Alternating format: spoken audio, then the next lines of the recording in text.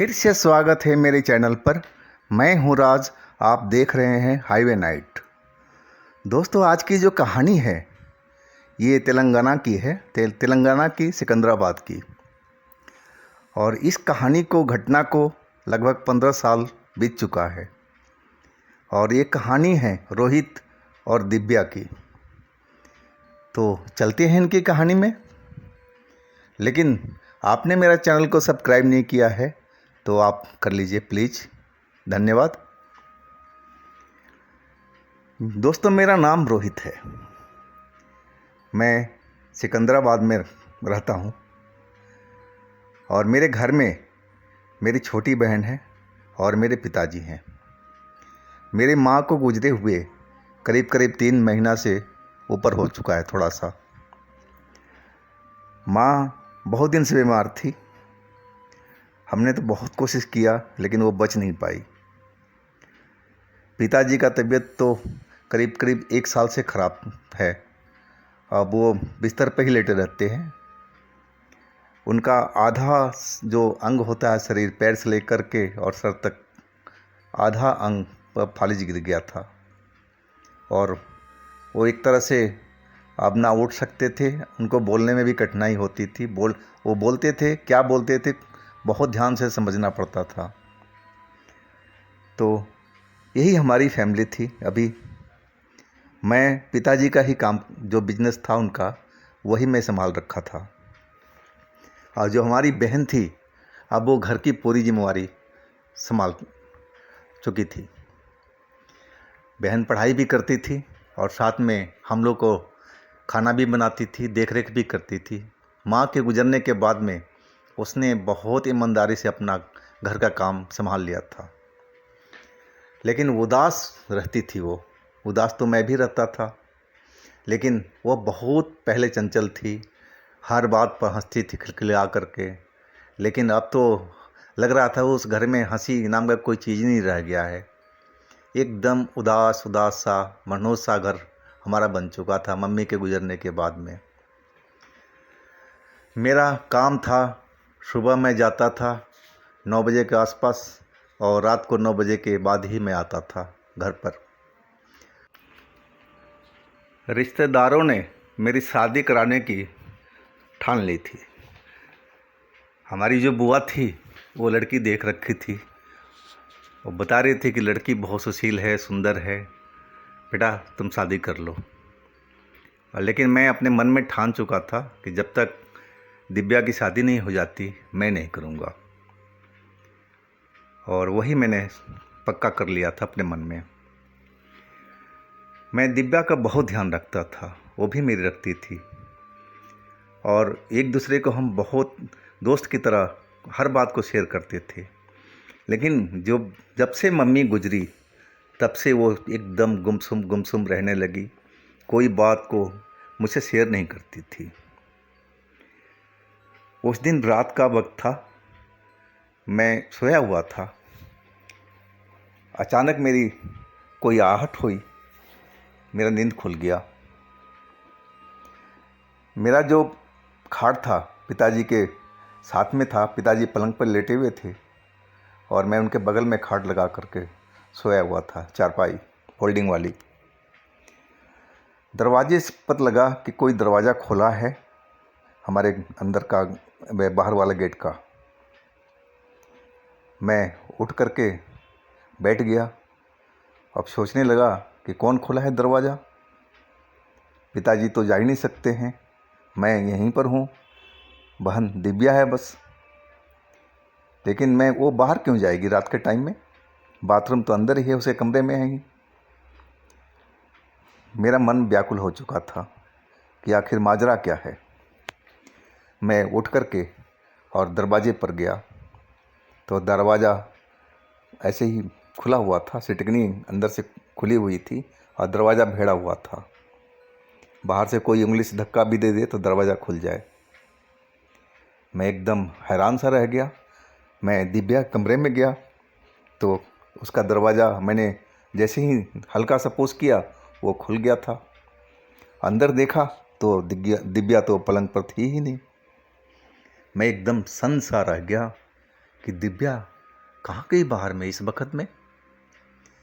मन में बहुत बुरे बुरे ख्यालात आ रहे थे और मैं बता नहीं सकता, मैं गुस्से में बहुत था। कहीं दिव्या कोई प्यार वार का चक्कर तो नहीं है, लेकिन ऐसा होता तो मुझे ज़रूर बताती। मुझसे अब कोई बात छुपाती नहीं थी। लेकिन फिर क्या, दिव्या कहाँ गई, मेरी बहन कहाँ गई। मैं बाहर निकल गया। बाहर जा कर के देखा तो दिव्या तो कहीं नज़र नहीं आई। आगे पीछे में जहाँ गार्डन था, थोड़ा सा छोटा सा गार्डन था, वहाँ पर भी देख लिया, लेकिन दिव्या का अता पता कहीं नहीं था। मैं अब चिल्लाऊं तो कैसे चिल्लाऊं। अगर मैं चिल्लाता तो पड़ोसी जाग जाते। मैं बहुत धर्म संकट में पड़ा हुआ था और तभी पिताजी अंदर से खांसने लगे और कुछ बोल रहे थे। शायद वो भी जग चुके थे और उनको शायद पानी वानी कुछ चाहिए था। मैं अंदर भागा और देखा तो पिताजी खांस रहे थे। मैं समझ गया क्या चाहिए उनको। पानी का मैं गिलास ले आकर के उनको पानी पिलाया और मैं फिर उनको लिटा करके अब मैं बाहर आ गया। बाहर फिर मैं देखना शुरू किया, लेकिन दिव्या मुझे कहीं नज़र नहीं आई। ऐसी लड़की तो थी नहीं हमारी बहन। और लेकिन मेरे मन में बहुत गुस्सा आ रहा था कि दिव्या अगर गई है तो कहाँ गई है। क्या कोई उसको बहला फुसला रहा है। वो 18 साल से ऊपर की थी और भाई होने के नाते मेरी जिम्मेवारी है कि बहन कोई गलत रास्ते पर ना जाए। और मैं इसीलिए गुस्सा हो रहा था, मन बहुत ज़्यादा व्याकुल था मेरा। अब मैं नीचे ही बैठ गया था और सोचने लगा कि आखिर दिव्या गई तो कहाँ गई। मुझे छत पर कुछ आहट हुई, जैसे कोई छत पर हो। सीढ़ियाँ बाहर से ही थी और ऊपर तो कुछ था नहीं, तो हम लोग लॉक करते नहीं थे। मैं देखा दरवाज़ा तो खुला ही था, उसमें तो लॉक होता ही नहीं था। मैं आहिस्ता आहिस्ता सीढ़ियों पर चढ़ता हुआ, एक मंजिल का घर था तो चढ़ने में कुछ टाइम ही नहीं लगा।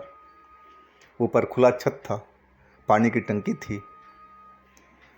मैं अभी पूरा सीढ़ी चढ़ा नहीं था, लेकिन छत मेरे को नज़र आ रही थी। मैं देखा कि टंकी के पास में कोई 2 आदमी का मुझे दिखाई पड़ रहा था, साया धुंधला सा। मैं देख करके एकदम दंग रह गया था कि कहीं दिव्या यहाँ पर किसी लड़के के साथ में बैठी हुई है। गुस्सा तो बहुत आ रहा था मेरे को। मैं गुस्से को पी रहा था। मन मेरा धर्म संकट में फंसा हुआ था कि छोटी बहन है, उसके सामने जाऊं या ना जाऊं। आखिर कोई बात होती तो मुझे ज़रूर बताती। ये तो शायद छिप के आई है मिलने के लिए किसी लड़के के से, तो मैं जाऊं या ना जाऊं, मैं इसी चक्कर में धर्म संकट में फंसा हुआ था। लेकिन अब मैं साफ देख रहा था, क्लियर नज़र आ रहा था। चेहरा तो पहचान नहीं पा रहा था, लेकिन मैं देखा कि दिव्या उसके गोद में लेटी हुई थी और जो लड़का था, कौन था मुझे नहीं मालूम, उसके बालों को सहला रहा था। मेरा खून खौल गया था अब देख करके, और मुझसे अब ये देखा नहीं जा रहा था। कोई भी भाई अपनी बहन को इस हरकत को नज़रअंदाज तो नहीं कर पाएगा, और वही मेरे साथ में खून उबाल मारने लगा था। मैं अब छत पर चढ़ दिया, ऊपर आया, लेकिन उनका ध्यान कहीं और था और नज़र भी मेरी तरफ नहीं थी। दूसरी साइड पानी की टंकी के पास में वो लोग बैठे हुए थे। मैं दबे पाँव उनके पास पहुंच चुका था। मैं देखा कि वाकई दिव्या लेटी हुई थी, लेकिन जो पीछे जिसके गोद में लेटी हुई थी वो मुझे दिखाई नहीं पड़ रहा था उसका चेहरा। क्योंकि मैं उसके पीछे साइड में था। अब मैं खड़ा खड़ा एक बार फिर सोच रहा था कि मैं बोलूं या वापस जाऊं। बहुत धर्म संकट में था मैं, लेकिन एक भाई के नाते, जिम्मेदारी के नाते मुझे बोलना ज़रूरी था। अब मैंने वही किया। मैंने बोला, दिव्या। इतना ही बोला था। दिव्या उछल करके खड़ी हो गई और जो इंसान बैठा हुआ था वो हमारी तरफ मुड़ करके देखा। उसके देखते ही मेरे आंखों से आंसू निकल पड़े थे। मैं रोने लगा था, वो भी ज़ोर ज़ोर से। और दिव्या खड़ी हुई, वो भी रोने लगी थी। वो कोई लड़का नहीं था, कोई मर्द नहीं था, वो मेरी माँ थी और उसी की गोद में दिव्या लेटी हुई थी। और तभी माँ वहाँ से एक धुएं के रूप में गायब हो चुकी थी। अब हम लोग छत पर, मैं और दिव्या रह गए थे और दिव्या भी रोई जा रही थी और मैं तो कांप भी रहा था डर से और रो भी जा रहा, बहुत रो रहा था मैं।